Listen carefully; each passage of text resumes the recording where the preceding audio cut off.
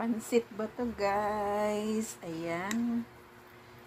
Dahil maulan pa rin at hindi pa naglalandfall si Emong. So, nagluto po ako ng pansit Bicol.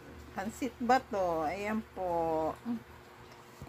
At wala po akong gulay dito sa bahay. Kaya, sinahugan ko na lang po siya ng kikiam at saka chicken ball. Ayan.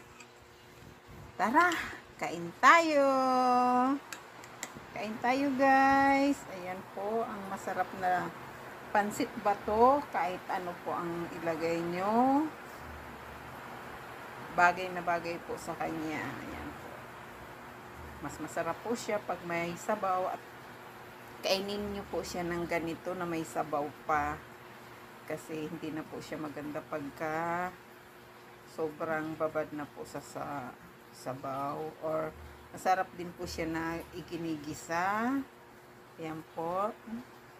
Wala nga po talaga akong gulay dito sa bahay, kaya ayan po ang aking pansit bato. Ayan. Kahit nga po ano lang siya paminta toyo lang okay na po yung pansit bato. Paminta toyo, bawang sibuyas, yan lang po ang kanyang ingredients. Masarap na po ang pagkain nyo.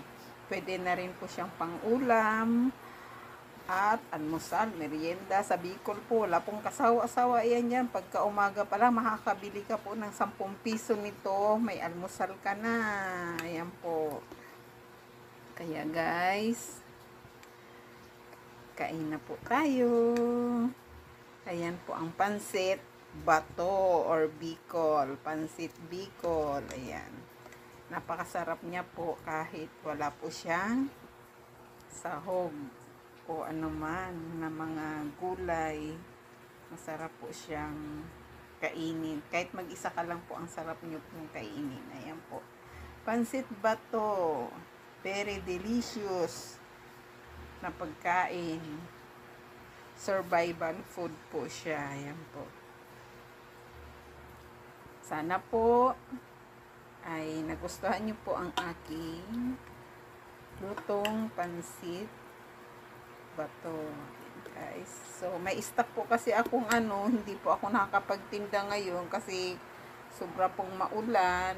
Konti lang po ang pag ganito pong maulan, konti lang po yung tao sa Pinto Art Museum. Tsaka hindi rin po sila nakakalabas.